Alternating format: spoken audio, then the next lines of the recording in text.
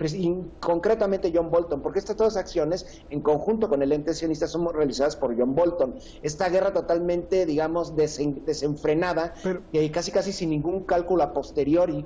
Sí, lo despidió Trump, ¿no? A Bolton. Por las más rabietas, pero justamente sembró escuela ahí, y probablemente esté de atrás, porque recordemos que la política exterior, lo repito, estadounidense en Oriente Medio y en Asia Central es guiada por el ente sionista, y al mismo tiempo John Bolton es un empleado de Netanyahu. Entonces, vuelvo a lo mismo, atentos con la guerra mediática, es lo más importante, contrarrestar el aluvión estadounidense de imágenes manipuladas y de historias parciales. ¿Por qué? Porque justamente, lo repito, en 2001 ellos buscaron su ayuda.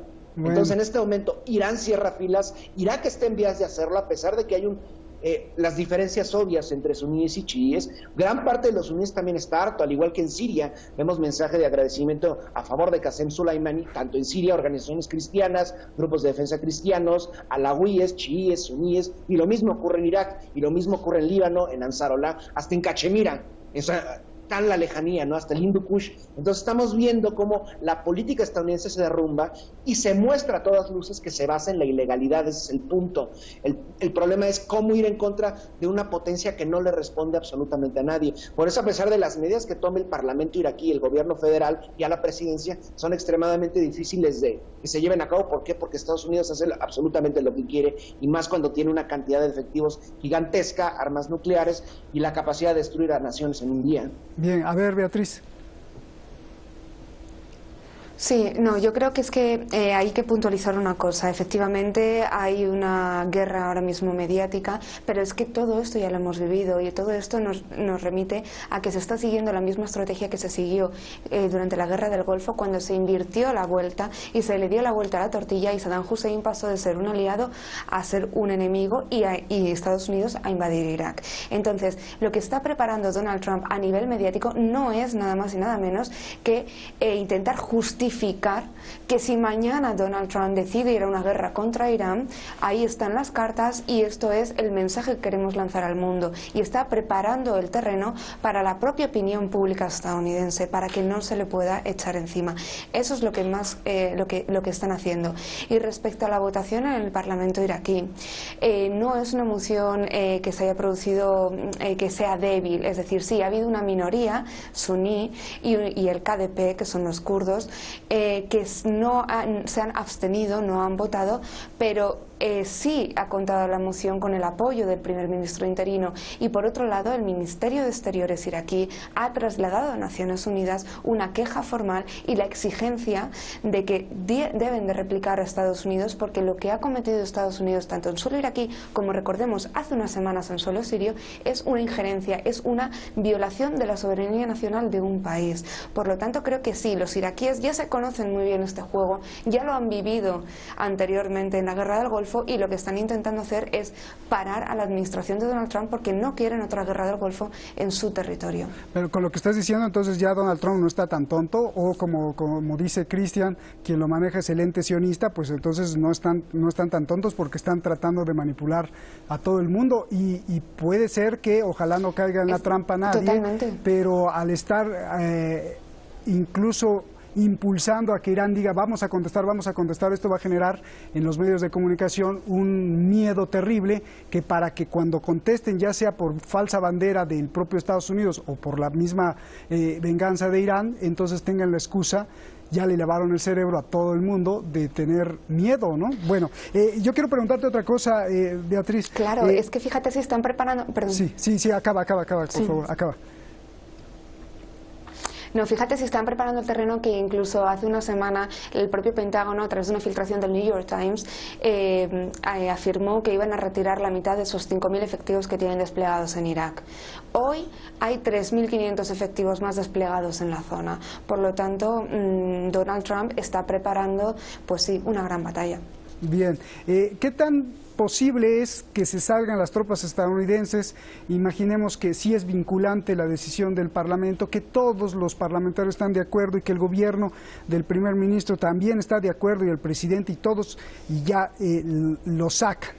¿Qué tanto pueden sacarlos cuando hay muchos intereses comerciales dentro de Irak y que la economía iraquí depende de esos intereses comerciales? General Electric, está una batalla que tiene contra Siemens, están las principales petroleras del mundo que sin duda alimentan económicamente a Irak. Entonces, ahí, como decía Cristian, puede decir, ok, pues me retiro, pero entonces te quito la inversión y Irak y la economía de Irak pues sería para abajo. Entonces, ese es uno. Dos, nadie habla, ya habló Cristian, pero nadie habla de los mercenarios, es decir, de los contratistas de seguridad, porque finalmente los soldados de Estados Unidos dentro de Irak pues no eran tan peligrosos. Creo que los contratistas de seguridad son mucho más peligrosos porque esos son matones, ex marines de Blackwaters, ahora que se llama Academy, y que son mucho más peligrosos que los propios soldados de Estados Unidos. Entonces, si se van los soldados de Estados Unidos, pues estos se quedan de todos modos, ¿no?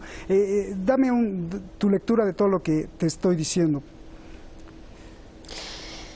Efectivamente, pues bueno, como muy bien dice Roberto, si mañana o la semana que viene Irak decide que la misión en Estados Unidos y que la presencia de militares estadounidenses en el país ya no tiene sentido, y de hecho a día de hoy ya no tiene sentido que permanezcan ahí, tendrán que irse. Pero queda esa figura tan controvertida como es la del contratista. La semana pasada murió un contratista que no se sabe muy bien quién era, qué estaba haciendo ahí, porque el ataque, hay que decir, no iba dirigido hacia efectivos o hacia activos estadounidenses, sino iraquíes. Van a permanecer ahí en tanto en cuanto sus empresas permanezcan ahí, y las empresas estadounidenses van a permanecer ahí, porque en Irak hay muchísimos intereses, hay muchísimo petróleo, hay en la zona de Kirkuk y en otras zonas muchísimos recursos en los que Estados Unidos está interesado y sigue interesado, y realmente la estrategia a largo plazo de la administración de Donald Trump era esa, ir retirándose de la zona de Oriente Próximo, ir retirando a sus marines y retirando sus efectivos para dirigirse hacia el Pacífico, que es realmente hacia donde está dirigida la hoja de ruta de la política exterior estadounidense en estos momentos, y que ahí permanezcan esos contratistas, que por otro lado sí son mucho más peligrosos porque no están sujetos a una legalidad como la que puede estar sujetos los militares del ejército estadounidense, tan docta, ¿no? tan dura, y por otro lado porque al final son mercenarios. Hay otros ejércitos que también tienen estos mercenarios o que los han empleado a lo largo de la historia. Por ejemplo, recordemos los Gurkhas de Reino Unido en las Malvinas, ¿no?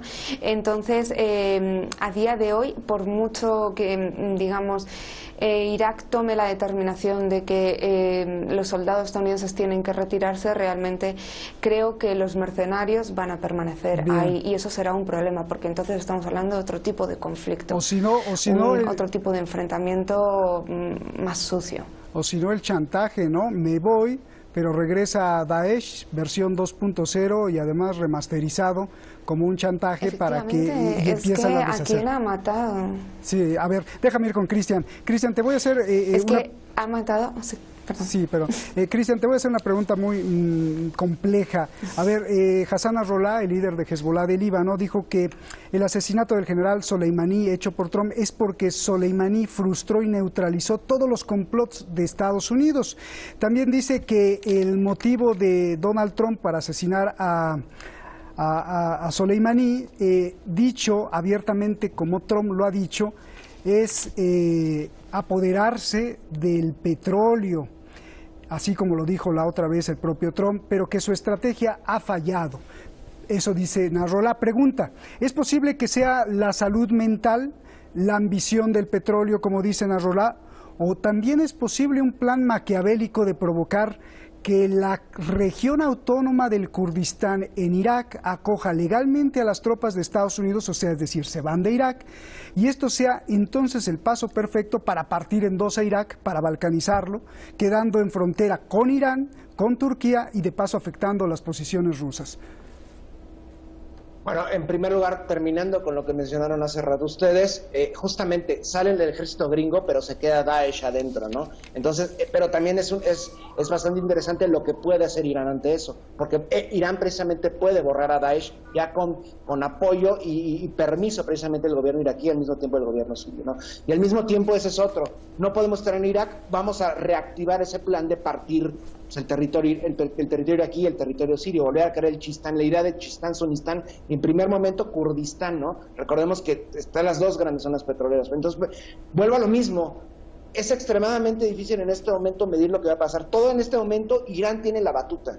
Lo que haga Irán en los próximos días, creo que va a modificar todo el planteamiento que estamos haciendo ahorita, porque entonces estamos imaginando un escenario dependiendo de puras conjeturas, pero creo que lo que decidan hacer en Teherán va a ser extremadamente importante, ¿no? Y lo segundo en importancia, creo yo, es a partir de todo lo que hagan, concretamente las milicias chiíes también va a ser de extrema importancia.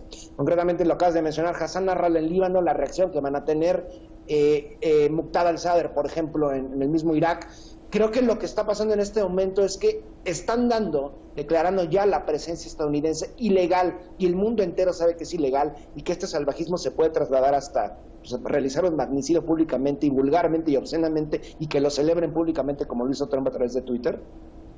Y al mismo tiempo darnos cuenta que Irán puede responder, volviendo a lo mismo, en contra de Daesh, en contra de los blancos mercenarios que no son oficiales de Estados Unidos, porque Trump en sus propias palabras dijo: si atacan a nuestros activos, llámese aliados saudíes, llámese aliados israelíes, contratistas, Blackwater lo mencionaban ahorita, etcétera, ¿no? Pero ¿qué pasa si atacan justamente a los mercenarios? ¿A qué me refiero?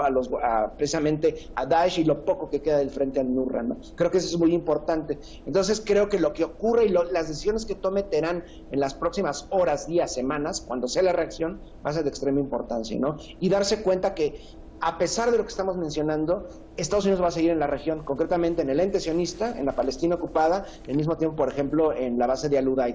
Desde ahí pueden realizar su guerra. Volvemos a lo mismo. Ellos no le apuestan a una guerra tradicional como nosotros la concebimos. Por eso esta idea de una tercera guerra mundial es irreal en el contexto de hace 72 años. Entonces, lo que creo que lo que debe de pasar en este momento es recordar que la ofensiva va a ser dronizada totalmente, como han sido las guerras de última generación, y va a ser una guerra por distintos frentes, incluso en el mediático, en el económico, porque este proceso es de estrangulamiento en contra de la República Islámica de Irán. O sea, no es como tal una guerra nada más bélica, es tratar de cambiar de régimen, tratar de provocar una reacción por parte del pueblo en contra de su gobierno, pero no lo han logrado. ¿Por qué? Por errores de cálculo. Por eso digo que esta estrategia es extremadamente boltoniana y muy a la Netanyahu, porque no entienden que el pueblo iraní ya cerró filas. Entonces, cualquier medida que tomen ahorita va a ser totalmente ineficiente, porque han acabado con un símbolo y van a surgir nuevos símbolos, porque también es una falla de cálculo pensar que atrás de Qasem Soleimani no había generales tan preparados como él para tomar su puesto. Entonces, vuelvo a lo mismo, pendientes con lo que haga la República Islámica de Irán. Ellos tienen ahorita el poder de cambiar absolutamente todo, y justamente no Estados Unidos, que ha perdido la importancia en la región, y por supuesto también ver qué puede ocurrir con Rusia y China. Eso que estás diciendo toca el concepto esencial de martirio, que el concepto de martirio es esencial para entender las procesiones fúnebres de millones de personas que estamos viendo en honor a Soleimani. Muchos lloran, pero también están felices, porque el martirio para su religión significa ascender y bañarse de gloria divina, y justo cuadra con lo que tú me estás diciendo, porque eso no lo calculan la parte pues cultural de ellos, ¿no? A ver, Beatriz, te voy a... Al mismo tiempo, creo que en el contexto católico, tanto español, que nuestra compañera conoce y tú conoces y nosotros conocemos esa idea, ¿no?, del martirio como redentor y unidad de los pueblos. Bien. Beatriz, escribí varias hipótesis que nos pueden ir explicando o no explicando, pero sí dibujando lo que podría o ha estado pasando incluso. Mira, si vemos el mapa, Estados Unidos tiene decenas de bases militares alrededor de Irán y en la región, en el Golfo Pérsico, como todos sabemos. Su objetivo siempre fue cuidar la salida de petróleo del cual dependía. Pero ahora que Estados Unidos ya no necesita del petróleo de Oriente Medio, porque es el productor número 1 de petróleo en el mundo, te pregunto, ¿todo podría ser un truco para iniciar sí o sí una guerra? Y al iniciarla, yo estaba leyendo el Global Times ahora de China, que dice que la deuda de Estados Unidos está pero a punto de reventar. Entonces, viendo esto, quieren una guerra sí o sí, y al iniciarla, el precio del petróleo pues se va a ir por las nubes. De hecho, en la anterior crisis, en mayo, estaba los análisis que podría llegar hasta $100 o hasta $300 el barril. Los pasos del petróleo pues estarán bloqueados por el estrecho de Hormuz, ¿Y quién sale ganando? Esa es la pregunta. Pues el productor de petróleo número 1 del mundo, que es Estados Unidos, que además de atender a los clientes, los atenderá con un precio súper alto y tendrá que de emergencia Europa echar mano de Estados Unidos, porque si no se hunde con un precio del barril a 300 o a 200. A ver, vea. Sí, efectivamente, como dices, muy bien abordas, Roberto, efectivamente, tras la muerte del asesinato del general Soleimani, el precio del petróleo se disparó, además cayó la bolsa, hubo unas fuertes caídas, de hecho las ha habido durante estos días, y además lo que intenta provocar Donald Trump es un histerismo dentro de toda la región, es decir, puede llevar a esta situación, o puede conducir a que haya en toda la región problemas de suministros de petróleo, y además no se da cuenta de que el estrecho de Hormuz está controlado por Irán. Eso que ha provocado que muchos países, entre ellos por ejemplo Reino Unido, ya estén en alerta máxima y por ello hayan enviado destructores a la zona. ¿Por qué? Porque temen que si hay un enfrentamiento, obviamente uno de los principales o de los primeros blancos van a ser estos buques que transitan por el estrecho de Hormuz. Por lo tanto, lo que sí parece que quiere Donald Trump es crear esta situación de caos en toda la región, y que además está desestabilizando a otros países. Por ello, el jueves próximo será el ministro de Exteriores de Reino Unido, que además tiene importantes intereses por lo que comentamos, ese tránsito en el estrecho de Hormuz, quien se vea en Washington con el secretario de Estado estadounidense para intentar aclarar cuál va a ser la hoja de ruta y para intentar rebajar la tensión, porque lo que está haciendo Donald Trump no es ya solo conducir a una guerra a Irán, a la región o al propio Estados Unidos, sino además conducir a una guerra a todos los países que son aliados o que son parte de la OTAN, entre ellos los europeos, en una situación económica muy complicada ahora mismo para Europa. Bien. Tenemos a una Alemania que hace poco ha estado a punto de entrar en recesión técnica y a otra serie de países con también problemas. Por lo tanto, sí, parece que la hoja de ruta de Donald Trump sigue estando en Asia-Pacífico. Su principal problema sigue siendo esa guerra comercial que mantiene con China, pero mientras tanto, para distraer e intentar solventar cuestiones de carácter doméstico, vamos a intentar desestabilizar y a situar el foco aquí. ¿Cómo? Arrastrando además a otros países y de alguna forma reinvirtiendo en la situación económica en beneficio propio. Y todo esto, además, en medio de un proceso de impeachment, a las puertas de una reelección, y desde su residencia de vacaciones en Florida. Es que es todo kafkiano. Sí, es una telenovela. La misma pregunta, Cristian, de que Estados Unidos quiere una guerra, pero le agrego esto: el asesinato del general Soleimani podría ser una trampa como la del asesinato del líder militar Yamamoto en plena Segunda Guerra Mundial en 1943, culpándolo de Pearl Harbor, otra trampa para iniciar oficialmente así la entrada de Estados Unidos a la guerra contra Japón. Sí, por cierto, hablando de eso de Pearl Harbor, los gringos sabían precisamente que se avecinaba el ataque, ¿no? Simplemente se quedaron callados. Pero incluso murieron tropas, ellos lo permitieron, ¿no? Pero bueno, regresando a 2020... lo que ocurre es que también qué tipo de guerra, porque ok, se cierra el estrecho de Hormuz, Estados Unidos tiene sus reservas, a pesar de que sea de los mayores productores en este momento, Estados Unidos tenga muchas reservas, necesita asegurar a futuro por lo menos a 50 años, ¿no?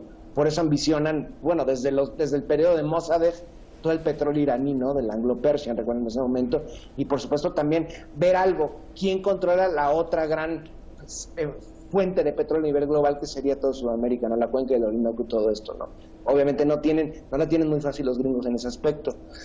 Y también algo importante, ¿qué tipo de guerra? Porque si haces una guerra, no tiene que ser prolongada, porque al mismo tiempo no puede ser un blitzkrieg, porque un blitzkrieg tan fácil, destruyes toda la infraestructura y abres el estrecho de Hormuz. Tiene que ser una guerra precisamente prolongada para que tu petróleo se pueda ir por las nubes, si no, no tiene mucho sentido eso, ¿no? Y al mismo tiempo movilizar a tal cantidad de efectivos para una guerra prolongada y una presencia ya terrestre de tropas es mucho más cara que justamente una guerra relámpago, ¿no? Por eso vuelve a lo mismo, le apostaron desde hace una década precisamente al despliegue de tropas mercenarias. Son mucho más baratas, igual de sangrientas, desestabilizadoras, y prácticamente a borbotones nunca se acaban, siguen llegando. Es el punto, por eso lo menciono. Prácticamente en este momento todos los escenarios benefician a Irán. y creo que deben de apostar precisamente a lo que están haciendo en Irak, porque le están poniendo en bandeja de plata para atacar justamente a todos los mercenarios y contratistas no declarados, no oficiales, no activos oficiales, de ambulantes de Estados Unidos en la región. Creo que, por supuesto, el estrecho de Hormuz, si se llega a un escenario de guerra, se va a cerrar. Y podemos ver qué pasa precisamente al otro lado de la península arábiga y en el Mar Rojo, porque los yemeníes pueden hacer acciones realmente, porque a pesar de esto recordemos que los saudíes no han podido con los yemeníes, y en cualquier momento una gran ofensiva yemení de unidad pueden cerrar el otro estrecho, ¿no? Y es precisamente lo que Estados Unidos no quiere, que este escenario, porque una guerra a gran escala tiene que tener muchos frentes, no nada más uno, y obviamente se puede llevar al mismo territorio del ente sionista por la cercanía de todos los aliados de Irán que atacarían en masa y por distintos frentes al ente sionista, y al mismo tiempo a Yemen, llámese Siria, y por supuesto incluso hasta Afganistán, porque precisamente esta falta de cumplir la supuesta promesa que habían hecho para salir de Afganistán es por algo. ¿Por qué? Porque también están pensando atacar a la República Islámica de Irán desde el este, desde las fronteras irano-afganas, desde el Baluchistán, Pisistán, etcétera, ¿no? Bien. La última pregunta, ya nos vamos. Sí, pero fíjate, perdón, sí, fíjate... Venga, Beatriz. No, fíjate que lo que ha conseguido Donald Trump con esta reacción es que toda la región, desde Afganistán hasta el Líbano, consigan unirse teniendo esas profundas discrepancias, se unan a una en la muerte del general tras la muerte del general Soleimani y digan ni una más, Estados Unidos aquí no. Es decir, el efecto que ha tenido esta mala e incalculada estrategia de Donald Trump es reforzar aún más el eje chií en toda la región y los apoyos y que los países dejen a un lado sus diferencias y que vayan todos a una. O sea, le ha salido fatal. Bien. Rápido, nos vamos. Corea del Norte condena el asesinato. ¿Hay posibilidad de que Corea del Norte e Irán hagan una alianza nuclear o no sé cómo y con ellos sienten a la mesa Estados Unidos para negociar con sus condiciones? Beatriz primero. Beatriz. Sí, no, yo no creo que en estos momentos Corea del Norte la verdad esté en posición ni de negociar ni que se vaya a producir eso, porque Corea del Norte sí es un país con el que Estados Unidos además ha tenido una situación de estar a punto de iniciar una guerra, pero no creo que sea un país lo suficientemente poderoso para tomar decisiones o cartas en este asunto. Lo que sí deberíamos de preocuparnos es qué va a pasar ahora mismo con el JCPOA, es decir, con el acuerdo nuclear de Irán, porque ahora mismo Irán estaría en todo su legítimo derecho de dejar a un lado el acuerdo nuclear después de las reiteradas violaciones estadounidenses al mismo y de la ruptura del mismo, y comenzar su carrera nuclear en toda regla, independientemente de los acuerdos a los que se haya llegado hasta este momento, con una declaración en firme de guerra con la que tenemos del señor Donald Trump a través de Twitter. Sí. La pregunta va un poco relacionada, hace un rato le diste también a otro clavo muy importante, la hipocresía, y como se dice en México, bueno, ¿no será que todos son una bola de hipócritas? Porque mira, yo veo que envían condolencias, por ejemplo, de China o de Rusia por la muerte del general Soleimani, pero fue el Consejo de Seguridad que emitió una resolución en el 2007, ya como dices tú, no tienen memoria, y fue China, y fue Rusia, y fue obviamente Estados Unidos también, Francia y el Reino Unido, que metió en la lista de sanciones, sancionó también al general Soleimani. Entonces, ¿por qué actúa así el mundo? Y dos, esto puede explicar un poco la tibieza de China, por ejemplo, en la reacción que le pidió moderación a Estados Unidos sin dar más, o moderación también le pide a Irán. Rusia obviamente condena el acto, pero también le dice, debes de cumplir el acuerdo nuclear, no te salgas. Yo los veo un poco tibios, ¿no, Cristian? Demasiado. Recordemos que a fin de cuentas no son los tiempos en que las ideologías movían al mundo, han cambiado mucho las cosas. Precisamente Rusia es capitalista y China, a pesar de que tiene un modelo doble, siguen siendo también capitalistas, ¿no? Bueno, el punto es que, bueno, concretamente lo que mencionabas de Corea del Norte, eso es lo que creo que podríamos ver cómo podría aprovechar justamente los norcoreanos un escenario de guerra, porque precisamente ellos, sin tener ningún vínculo con Irán, aunque lo han tenido, ha habido intercambio tecnológico y apoyo moral en distintas ocasiones, podrían abrir otro frente justamente, pero estoy hablando ya del peor escenario, por supuesto, ¿no? Ya contemplando incluso el uso de armas de destrucción masiva, podrían hacerlo, pero regresando ya a lo más terrenal, no, lamentablemente sí son tibios. ¿Por qué? Porque solo les interesan sus intereses comerciales y posiblemente que su territorio esté en riesgo. Concretamente en el caso de Rusia, rapidísimo. Uno, está muy cerca de las fronteras, pasando en el Cáucaso ya están las fronteras rusas, ¿no? Y hacen fronteras marítimas con el mar Caspio. Y en el caso chino, recordemos el efecto cucaracha. Todos los turcomanos y uigures que han sido trasladados por Erdogan desde Asia Central y Xinjiang hasta Siria y parte de Irak, van a tener que regresar tarde o temprano, ¿no? Entonces tienen que llegar a un acuerdo para cuando regresen todos los terroristas que han sido utilizados, bueno, aunque también en este momento están en Libia, ¿no? Entonces, creo que sinceramente no hay una solidaridad, no hay un internacionalismo por parte de estas potencias, no lo hay, todavía hay intereses comerciales, pero creo que ahí puede ocurrir, porque cualquier... al igual que lo dice Washington, en Moscú lo puede decir cualquier militar ruso o asesor ruso que resulte herido y nosotros intervenimos, ¿no? Creo que es lo que menos se quiere, aunque pueden, por supuesto, obviamente se pondrían del lado del bando iraní, eso es interesante, pero en este momento no lo hay. No, son otros tiempos, lamentablemente, para todos los que buscamos. Dinero, ¿no? Dinero, porque los S-400, siempre lo digo, se los quieren vender a Arabia Saudí, pero no a Irán, Rusia, y luego China le está transfiriendo tecnología nuclear a Arabia Saudí, que es un régimen que mata o descuartiza periodistas. Imagínate con tecnología nuclear los saudíes. Bueno, se nos ha acabado el tiempo. Muchísimas gracias a los dos. Cristian, un gran abrazo. Bea, también un gran abrazo. Igualmente, muchas gracias. Buenas noches aquí, y qué inicio de año, un abrazo de inicio de año. Qué inicio de año. Una destacada psiquiatra en Estados Unidos ha dicho que la orden de Donald Trump de matar al general Soleimani, me abrocho el saco, la chaqueta, porque esto es muy formal, la orden de matar al general Qasem Soleimani era una señal del deterioro del estado mental del presidente de Estados Unidos y ha pedido a la presidenta de la Cámara de Representantes que intervenga ya urgentemente. Se trata de la profesora de psiquiatría de la Facultad de Medicina de la Universidad de Yale, prestigiosa universidad, Bandy Lee. Dice, lo que no esperamos de alguien que carece de capacidad mental es una toma de decisiones racional basada en la realidad, que no sea impulsiva, imprudente y que tenga conocimiento de las consecuencias, dijo esta psiquiatra. Esta psiquiatra de Yale insta a los congresistas ordenen una detención de 72 horas para hacerle unas pruebas. Se llama bloqueo de salud mental, que está contemplado por la Constitución de Estados Unidos y no necesita sentencia judicial. La guerra entonces no solo es afuera, sino también dentro de Estados Unidos, porque verdad o mentira, esté loco o sea un estratega maquiavélico Donald Trump, estos son los psiquiatras que aprovecharán los demócratas para tratar de derrotar a Trump. Así las cosas. Buenas noches.